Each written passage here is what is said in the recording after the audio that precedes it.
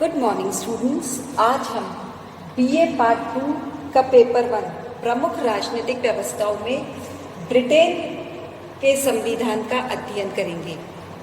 ये जो पेपर 1 है प्रमुख राजनीतिक व्यवस्थाएं, इसमें हम विभिन्न देशों के संविधान और राजनीतिक व्यवस्था का अध्ययन करेंगे, जैसे ब्रिटेन, अमेरिका, स्विट्जरलैंड, चीन आदि।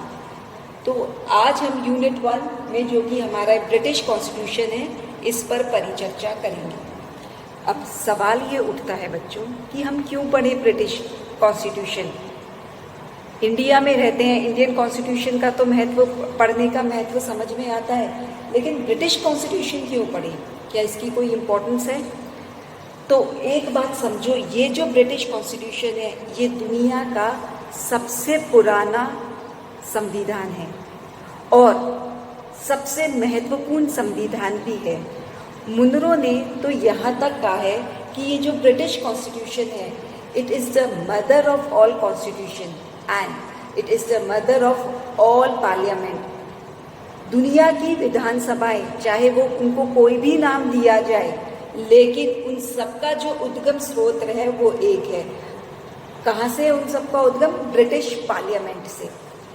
तो ब्रिटिश कॉन्स्टिट्यूशन जो है, ये ब्रिटिश कॉन्स्टिट्यूशन दुनिया का प्राचीनतम संविधान है और यह विकसित संविधान है। इसको कभी किसी एक समय सीमा पे, निश्चित समय सीमा पर लिखा नहीं गया। यह समय के अनुसार, मतलब बदलते समय एवं परिस्थिति के अनुसार इसका विकास हुआ है। इसका बहुत बड़ा जो एक हिस्सा है वो कन्वेंशंस पर आधारित है, परंपराओं पर आधारित है। आज हम जिन डेमोक्रेटिक वैल्यूज़ की बात करते हैं, जिन डेमोक्रेटिक इंस्टीट्यूशंस की बात करते हैं, उन सब का अगर हम उद्गम स्रोत माने, उन सब की अगर हम शुरुआत माने, तो वो ब्रिटिश कॉन्स्टिट्यूशन से उनकी शुरुआत है। दुनिया के अन्य देशों के जो भी संविधान बने गए हैं, ब्रिटिश कॉन्स्टिट्यूशन ने उन संविधानों को प्रभावित किया है। वस्तुतः ब्रिटिश कॉन्स्टिट्यूशन जो है वह संसदीय लोकतंत्र की जो है जननी रहा है। द्विसंसदीय संसद प्रणाली, विधि का शासन, रूल ऑफ लॉ, लचीला संविधान, ये जो सारी चीज़ें हैं ये सब ब्रिटेन से ही दुनिया ने अडॉप्ट की है, ब्रिटिश कॉन्स्टिट्यूशन ने ही दुनिया को दी है।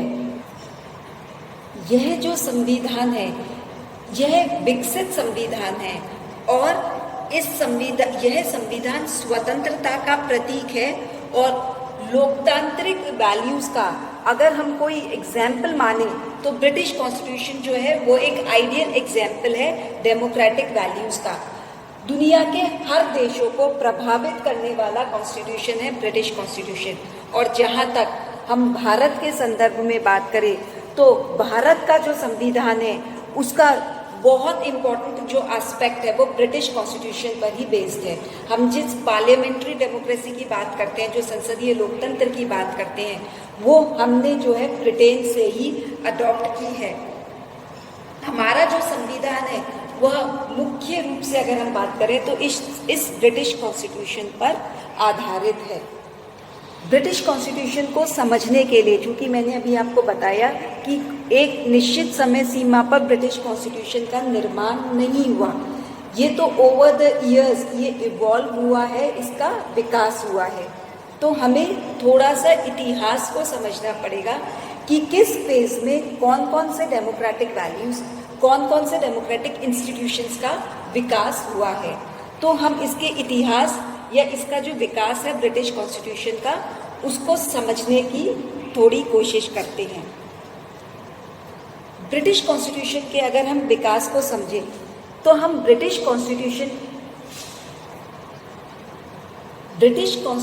का जो विकास है वह 1400 वर्षों से इसका विकास हो रहा है। आज जिस रूप में हम ब्रिटिश संविधान को देख रहे हैं, ब्रिटिश पॉलिटिकल सिस्टम को देख रहे हैं, वो एक दिन में नहीं बना। वो परिणाम है पिछले 1400 वर्षों से उसका जो विकास है ये उसका परिणाम है। ये मतलब यह उसी का ही परिणाम है कि एक निरंकुश राजतंत्र से आज जो है ब्रिटेन एक संवैधानिक लोकतंत्र मतलब एक संवैधानिक लोकतांत्रिक देश है। और ये जो पूरा हम कहें ये जो पूरा डेवलपमेंट है ब्रिटिश कॉन्स्टिट्यूशन का, यह जो पूरा विकास है इसमें कहीं पर भी जो है कोई क्रांति नहीं हुई। ये एक जो है क्रमिक जो है मैं कहूँ एक क्रमिक परिवर्तन हुआ है। एक धीरे धीरे ब्रिटेन के अंदर जो है वो परिवर्तन हुआ है।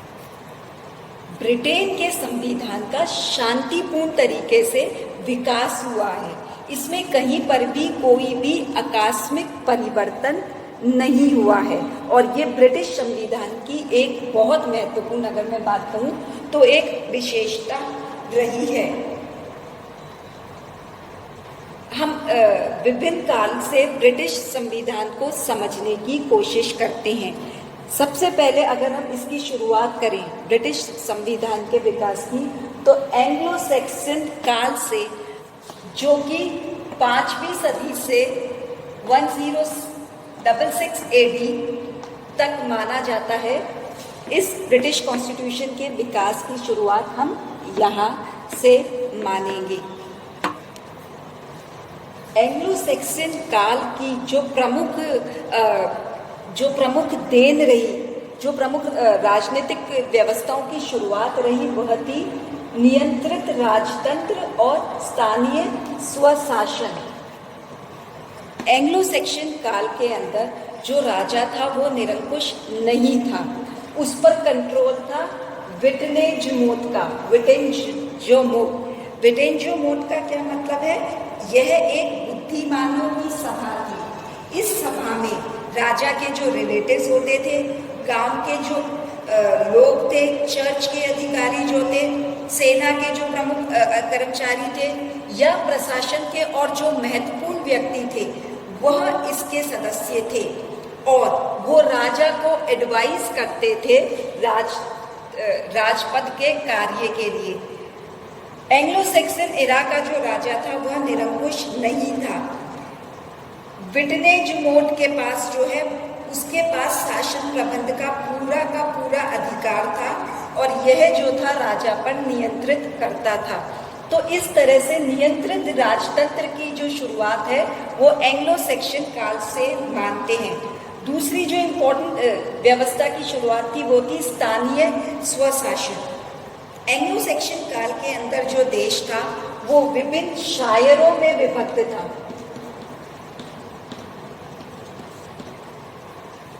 ठीक है, ये शायरों में विभक्त था और हर शायर में एक शायर मूत होता था। तो जो हम लोकल सेल्फ एडमिनिस्ट्रेशन की बात करते हैं वो एंग्लो सैक्सन एरा में इसकी शुरुआत हुई। इसके बाद विलियम ऑफ नॉर्मंडी ने ब्रिटेन को पराजय कर यहाँ नॉर्मन इरा की शुरुआत की। ये जो नॉर्मन इरा जो था इसमें विटेंजमोट को अबॉलिश कर दिया गया और सारी शक्तियाँ जो है राजा ने अपने हाथ में ले ली। तो एक केंद्रीय शक्तिशाली जो है राजतंत्र की शुरुआत नॉर्मन इरा के अंदर हुई। नॉर्मन इरा में एक केंद्रीकृत शासन व्यवस्था की शुरुआत हुई। एक शक्तिशाली राजा जिसने कि एक कॉमन लॉ पूरे देश में लागू करा। ये जो विटेंजमोट जो इंस्टीट्यूशन था इसको अबॉलिश कर दिया गया और उसकी जगह जो है मैग्नम कॉन्सिलम की स्थापना की गई। ये जो मैग्नम कॉन्सिलम थी इसके अंदर बैरन, राजा के उच्च अधिकारी, आर्क बिशप्स आदि जो थे इसके सदस्य होते थे। आज हम जिस पार्लियामेंट की बात करते हैं उस पार्लियामेंट की शुरुआत जो है हम मैग्नम कॉन्सिलियम से मानते हैं, क्योंकि इस मैग्नम कॉन्सिलियम ही जो है लेटर ऑन इसने पार्लियामेंट का रूप लिया। चूंकि ये एक बहुत एक बड़ी ऑर्गेनाइजेशन थी, तो राजा ने अपने दिन प्रतिदिन कार्य के लिए, परिचर्चा करने के लिए, सलाह विमर्श लेने के लिए क्यूरिया रेजिस जो थी एक लघु परिषद, जिसको कि क्यूरिया रेजिस कहा जाता था, उसकी स्थापना की। ये जो क्यूरिया रेजिस थी, ये राजा को शासन करने में सहायता पहुंचाती थी। कालांतर में ये जो क्यूरिया रेजिस है, यह प्रिवी काउंसिल के रूप में परिवर्तित हुई। या मैं कहूँ, आज हम जिस प्रिवी काउंसिल की बात करते हैं, उसका जो विकास है, इस क्यूरिया रेजिस जो छोटी एक परिषद थी, यह उसी के ही विकास का परिणाम है। फिर आया प्लांटेगेनेट एरा। प्लांटेगेनेट एरा के किंग जॉन को जनता से बहुत अधिक टैक्स कर लेने की जरूरत महसूस हुई। वो बहुत ज़्यादा टैक्स लेना चाहते थे, इसलिए उन्होंने, जो किंग जॉन थे, उन्होंने जनप्रतिनिधियों को बुलाया और ये बात कही कि वो जनता से टैक्स लेना चाहते हैं। तो एक ये जो कॉन्सेप्ट था, इस तरह से जो एक कॉन्सेप्ट डेवलप हुआ, जो कि कॉन्सेप्ट बना नो टैक्स विदाउट रिप्रेजेंटेशन, बिना जनप्रतिनिधि के कोई कर नहीं। यानी किंग जॉन ने जो टैक्स लेने की बात की, उसके लिए उन्होंने जनता के प्रतिनिधियों को बुलाया और फिर उन्होंने कहा कि वो ज़्यादा टैक्स कलेक्ट करना चाहते हैं। तो जिस कॉन्सेप्ट की ब्रिटेन में शुरुआत हुई, वो था नो टैक्स विदाउट रिप्रेजेंटेशन, यानी बिना जनता के सहमति से जो है वो टैक्स कलेक्ट नहीं किया जाएगा जनता से। किंग जॉन की जो नीतियां थी, उससे जनता दुखी थी। अल्टीमेटली किंग जॉन जो है, उसको मैग्ना कार्टा, या मैं कहूँ तो एक अधिकार पत्र, महान अधिकार पत्र, ये जो मैग्ना कार्टा है, इस पर हस्ताक्षर करने पड़े। 15 जून को रनीमेड नामक जगह पर किंग ने एक अधिकार पत्र पर हस्ताक्षर करे, जिसे कि मैग्ना कार्टा या महान अधिकार पत्र के नाम से जाना जाता है। यह ब्रिटिश कॉन्स्टिट्यूशन के इतिहास के अंदर एक बहुत इम्पोर्टेंट माइलस्टोन है।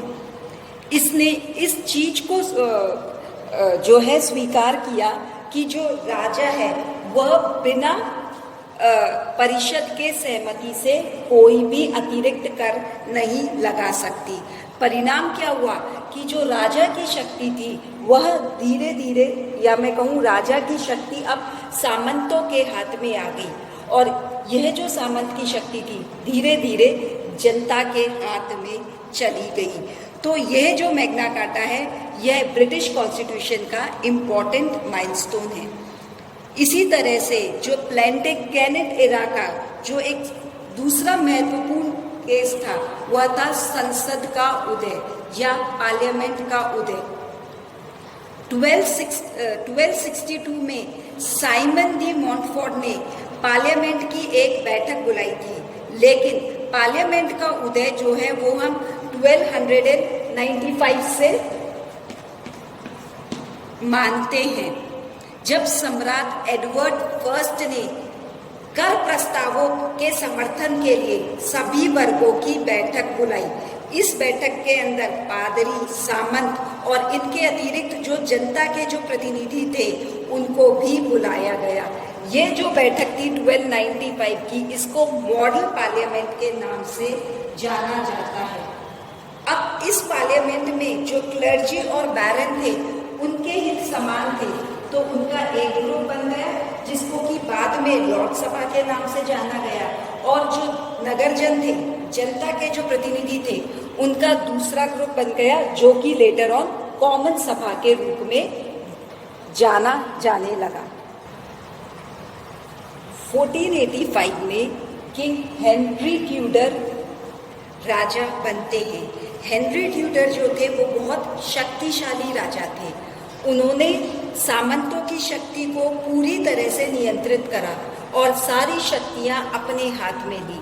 जो एक सबसे इम्पोर्टेंट बात थी इस काल की वो ये थी कि जो राजा था, जो सम्राट, वो पूरी तरह से पोप के नियंत्रण से मुक्त हो चुका था। स्टुअर्ट एरा 1603 से 1714 तक, ये जो स्टुअर्ट एरा था, स्टुअर्ट काल था, ये ब्रिटिश कॉन्स्टिट्यूशन के इतिहास में एक बहुत महत्वपूर्ण काल था। एक्चुअल में ट्यूडर काल की जो रानी एलिजाबेथ थी उनका कोई पुत्र या निकट संबंधी नहीं था, इसलिए 1603 के अंदर इंग्लैंड का सिंहासन स्कॉटलैंड के राजा जेम्स फर्स्ट के हाथ में आ गया। जेम्स फर्स्ट की मृत्यु के बाद उनके जो पुत्र थे चार्ल्स फर्स्ट, वो सिंहासन में बैठे। चार्ल्स फर्स्ट ने संसद को पूरी तरह से नेग्लेक्ट करना जो था उसकी शुरुआत कर दी और राजा और संसद के बीच में झगड़े की शुरुआत होने लगी। 1628 के अंदर संसद ने चार्ल्स फर्स्ट से अधिकार याचना पत्र को जो है स्वीकार करवाया। इसमें जो पिटिशन ऑफ राइट्स था 1628 का, इसमें राजा की शक्तियों पर महत्वपूर्ण प्रतिबंध लगाए गए।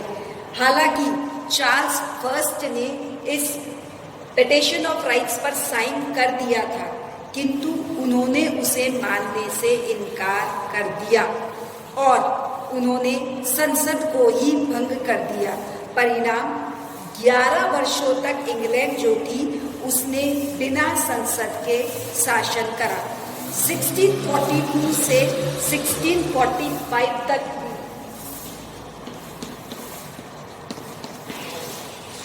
1642 से 1645 से जो है उसमें इंग्लैंड के अंदर जो है गृह युद्ध चला। इस गृह युद्ध के अंदर संसदीय नेताओं की विजय हुई और किंग चार्ल्स पर मुकदमा चलाया गया। 1649 के अंदर जो है किंग चार्ल्स को मृत्युदंड दे दिया गया। तो किंग चार्ल्स के मृत्युदंड देने के बाद इंग्लैंड के अंदर गणतंत्र की स्थापना होती है। बच्चों 1649 से लेकर 1658 का एक बहुत शॉर्ट पीरियड था जब इंग्लैंड में गणतंत्र रहा, नहीं तो जो पूरा इंग्लैंड की अगर हम शासन व्यवस्था की बात करें उसमें राजतंत्रीय शासन व्यवस्था रही। मैंने आपको बताया कि किंग चार्ल्स को जो है मृत्युदंड दे दिया गया। इसके बाद इस शॉर्ट पीरियड के लिए इंग्लैंड के अंदर एक संविधान लिखा गया और क्रॉमवेल की अध्यक्षता के अंदर जो है एक गणतंत्र की स्थापना की गई। 1658 के अंदर क्रॉमवेल की मृत्यु के बाद ये जो गणतंत्र है यह खत्म हो जाता है और इंग्लैंड में जो है पुनः राजतंत्र की स्थापना हो जाती है। चार्ल्स फर्स्ट के जो पुत्र थे चार्ल्स सेकेंड, उन्हें राजगद्दी पर बैठाया जाता है। चूंकि प्रिवी काउंसिल इस समय की जो सबसे महत्वपूर्ण घटना रही वो था कैबिनेट का विकास। मैंने आपको बताया प्रिवी काउंसिल की स्थापना क्यूरिया रेजिस जो था लेटर ऑन प्रिवी काउंसिल में परिवर्तित हुआ। चूंकि प्रिवी काउंसिल इटसेल्फ एक बड़ी ऑर्गेनाइजेशन थी तो चार्ल्स सेकेंड ने अपने शासनकाल में कुछ महत्वपूर्ण व्यक्तियों की एक समिति बनाई और उनसे परामर्श लेना चालू कर दिया। इस समिति को नाम दिया गया कैबिल। ये कैबिल उन 5 व्यक्तियों के फर्स्ट नेम थे जो कि इसके सदस्य थे।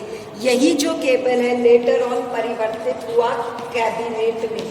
आज जिस कैबिनेट की हम बात करते हैं जो ब्रिटिश कॉन्स्टिट्यूशन का एक बहुत इम्पोर्टेंट इंस्टीट्यूशन है, उसका जो उदय है वो कैबिल से ही हुआ है।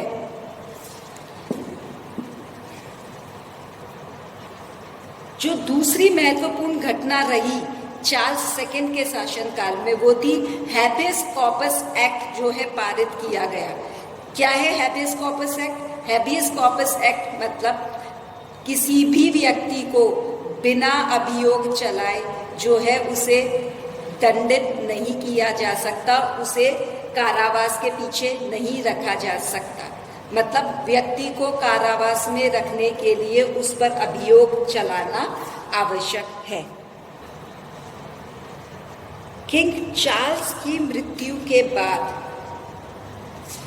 चार्ल्स का जो भाई था वो गद्दी में बैठा, लेकिन उसने पुनः जो है संसद की अनुमति के बिना कानून को रद्द करने का अधिकार धारण कर लिया। इससे ब्रिटेन में जो संसदीय नेता थे वो बहुत दुखी हुए और उन्होंने जेम्स सेकंड को सिंहासन से हटाने के लिए ऑरेंज के जो प्रिंस विलियम्स थर्ड थे उन्हें ब्रिटेन पर आक्रमण के लिए आमंत्रित करा। विलियम्स थर्ड ने जब सेना तैयार कर ब्रिटेन पर आक्रमण की तैयारी की तो ब्रिटेन के राजा जेम्स सेकंड वहां से भागकर फ्रांस चले गए और ब्रिटेन का शासन जो है विलियम्स थर्ड के हाथ में दे दिया गया। इस तरह से ब्रिटेन के अंदर बिना कोई रक्त बहाए एक गौरवपूर्ण क्रांति, जिसे हम ग्लोरियस रेवोल्यूशन के नाम पर जानते हैं, वो हुई। इस गौरवपूर्ण क्रांति में जो है ब्रिटेन ने राजा की निरंकुशता पर रोक लगा दी और संसदीय प्रभुता की शुरुआत की। इसे ग्लोरियस या गौरवपूर्ण इसलिए भी कहा जाता है कि इस क्रांति में जो है क्रांतिकारी परिवर्तन हुआ कि ब्रिटेन में राजा की शक्तियां जो थी अब संसद के हाथ में दी गई, लेकिन इस क्रांतिकारी परिवर्तन में कोई भी खून नहीं बहाया गया। 1689 के अंदर जो है वो विलियम्स और मैरी ने जो है इस अधिकार पत्र पर हस्ताक्षर करे। इन अधिकार पत्र जो है इसने पूरी तरह से ब्रिटेन में पार्लियामेंट्री सुप्रीमेसी को स्टैब्लिश करा। मुनरो इस बिल ऑफ राइट्स को प्रोक्लेम्ड करता है as legislative supremacy of parliament. इसने पार्लियामेंट की वैधानिक प्रभुता की घोषणा कर दी। क्या था ये बिल ऑफ राइट्स? इस बिल ऑफ राइट्स में राजा ने यह स्वीकार करा कि बिना संसद की सहमति से राजा कोई भी टैक्स या कर नहीं लगा सकता। राजा साल में एक बार संसद की बैठक जरूर बुलाएगा। राजा संसद की बिना अनुमति से कोई सेना भी नहीं रख सकता और संसद के अंदर जो है जनप्रतिनिधियों को बोलने की पूरी तरह से स्वतंत्रता होगी। तो ये जो बिल ऑफ राइट्स था 1689 का, वो ब्रिटिश कॉन्स्टिट्यूशन का बहुत इम्पोर्टेंट माइलस्टोन था, जिसने एक निरंकुश राजतंत्रीय व्यवस्था को खत्म करा और वैधानिक राजतंत्रीय व्यवस्था की शुरुआत करी। इस बिल ऑफ राइट्स ने जो था अल्टीमेटली ब्रिटेन में पार्लियामेंट्री सुप्रीमेसी की भी शुरुआत। विलियम और मैरी की कोई संतान नहीं थी। फलस्वरूप हैनोवर के जॉर्ज फर्स्ट को ब्रिटेन का सम्राट बनाया गया। ये जो हैनोवर इरा है, यहीं से ब्रिटेन में संसदीय लोकतंत्र का विकास होता है, जिसने 20th सेंचुरी तक आते आते जो है वो पूरी तरह से विकसित हो जाता है। और आज जिस रूप में हम ब्रिटेन का कॉन्स्टिट्यूशन देखते हैं, जो पार्लियामेंट्री डेमोक्रेसी की हम बात करते हैं, इसका पूरा जो विकास है इस हैनोवर इरा के अंदर होता है। हैनोवर इरा के अंदर जो राजा की वास्तविक शक्तियाँ थी उसमें कमी आती है। हमने 1689 के अधिकार पत्र की बात की थी। इस अधिकार पत्र में पार्लियामेंट्री सुप्रीमेसी की स्थापना हो गई थी और हैनोवर एरा में जो है राजा ने इस अधिकार पत्र को माना और धीरे धीरे जो राजा के जो अधिकार थे वो वास्तव में पार्लियामेंट के हाथ में आने लगे। कि क्वीन विक्टोरिया तक आते आते जो है किंग जो था केवल मात्र एक लीगल हेड, वैधानिक अध्यक्ष बनकर ही रह गया। एक संवैधानिक शासक मात्र बनकर रह गया और एक्चुअल पावर्स जो थी वो पार्लियामेंट के हाथ में आ गई। जो दूसरी इंपॉर्टेंट घटना रही वो था प्रधानमंत्री का उदय।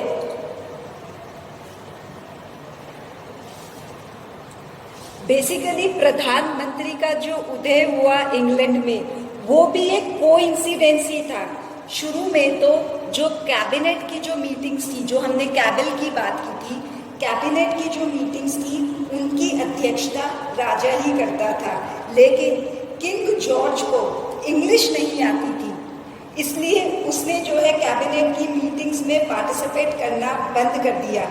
अब किंग जॉर्ज ने जो है अपने एक इम्पोर्टेंट लीडर रॉबर्ट वेलफोर्थ,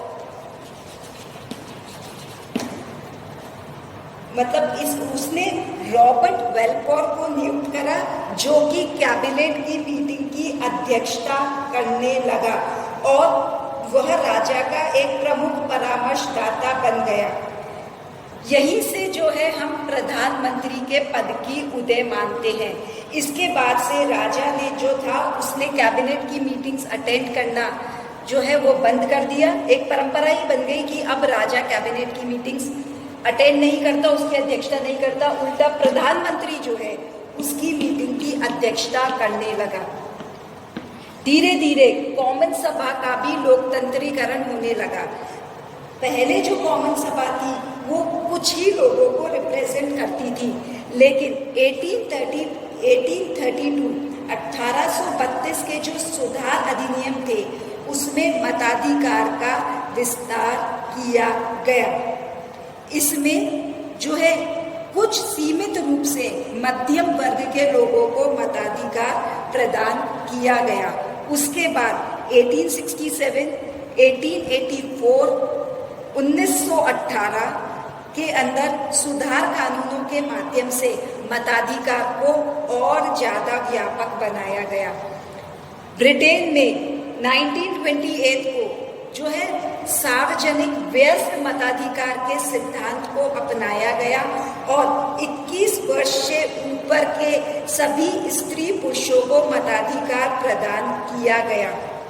1970 के अंदर विधेयक पारित किया गया जिसमें व्यस्क मताधिकार की जो उम्र थी उसे घटाकर 18 वर्ष कर दिया गया।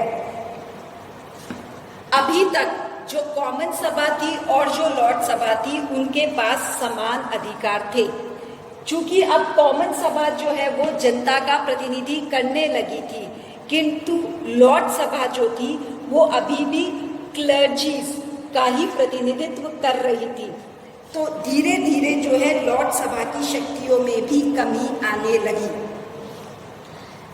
1832 के सुधार अधिनियम के बाद से ही मैंने आपसे कहा कॉमन सभा जो है वो जनता का प्रतिनिधि करने लगी और 19th सेंचुरी तक आते आते ब्रिटेन में यह परंपरा स्थापित हो गई कि जो फाइनेंशियल मैटर्स हैं उसमें जो अल्टीमेट होल्ड होगा वो कॉमन हाउस का होगा। मतलब वित्तीय विषयों में लोक सदन के पास ही अधिकार होंगे। लेकिन 1910 में लॉर्ड सभा ने जॉर्ज रॉयड के एक बजट को अस्वीकार कर ये परंपरा खत्म कर दी। परिणाम स्वरूप 1911 के अंदर जो है एक परिणाम स्वरूप 1911 में एक संसदीय अधिनियम पारित किया जाता है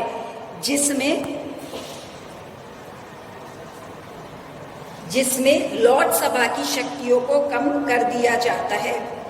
पुनः 1949 के अंदर संसदीय अधिनियम पारित कर दिया जाता है और लॉर्ड सभा की शक्तियों को और कम कर दिया जाता है। इस प्रकार जो है आज कॉमन सभा की तुलना में लॉर्ड सभा की जो शक्तियां हैं वह बहुत कम है। हमने जो पूरा डेवलपमेंट देखा तो एक चीज समझो बच्चों, पिछले 1400 वर्षों के अंदर जो है ब्रिटेन के संविधान का विकास हुआ। ब्रिटेन ने आज ब्रिटेन में आज जो डेमोक्रेटिक और पॉलिटिकल इंस्टीट्यूशंस है उनका विकास पिछले इन 1400 वर्षों का ही विकास है। आज हम जो बात करते हैं जो कि Britain mother of all democracies है या ऑल पार्लियामेंट है, ये पिछले 1400 वर्षों के विकास का ही परिणाम है। मैंने आपको ब्रिटेन का इतिहास समझाने के पीछे जो एक उद्देश्य था, चूंकि ब्रिटिश कॉन्स्टिट्यूशन एक इवॉल्व कॉन्स्टिट्यूशन है, एक विकसित संविधान है, इसलिए इतिहास के माध्यम से कौन कौन सी डेमोक्रेटिक इंस्टीट्यूशंस का कब कब विकास हुआ इसको समझाने की कोशिश करी। आशा करती हूँ आपको समझ में आया होगा।